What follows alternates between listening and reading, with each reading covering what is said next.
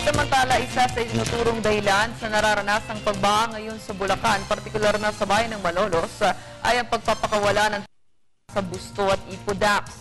Samantala, nasa mga evacuation center pa din ang mga residenteng inilikas dulot ng kalamidad. Balitaan mo kami, Christine Santos. Pawang naging isang daluyan ng tubig ang 2 kilometrong kahabaan ng MacArthur Highway dulot ng pagbahang dala ng bagyong Maring. Kasabay pa ng high tide sa Manila Bay na siyang nagdaragdag pa sa dami ng tubig baha roon. Hindi rin nakaligtas sa hagupit ng bagyo at habagat ang ilang government offices, kabilang ng Provincial Disaster Risk Reduction Management Council.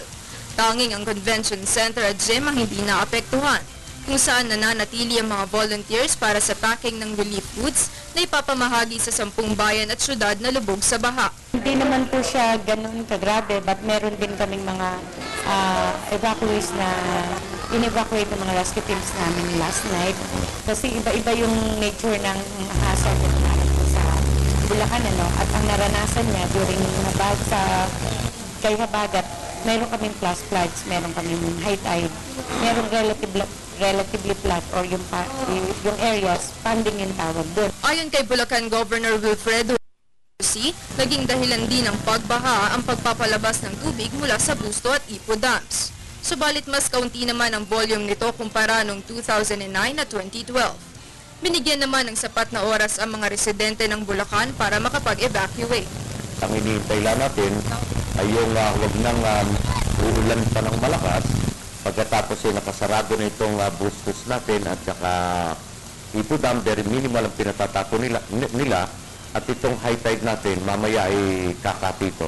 So hopefully, mahigop ito ng Manila Bay. Samantala, binanggit ni Alvarado ang pagnanais at suporta ng Pangulo sa kanilang kahilingan na magpatupad ng flood control program upang maiwasan ang sakunang dulot ng malakas na pag-ulan. Nang araw, nagkaroon ng pondo yung Kamanaba. Pero naging kama na lang, nawala yung Valenzuela. Ngayon, Valenzuela, Obando at May Kawayan. Pero still, ma-open pa rin yung Bulacan, yung Malolos, yung Paumbong at Tagunog. Ang ating pinopropose dito para 2 birds in 1 stone, flood control at the same time a coastal road. Para sa Telebisyon ng Bayan, Christine Santos.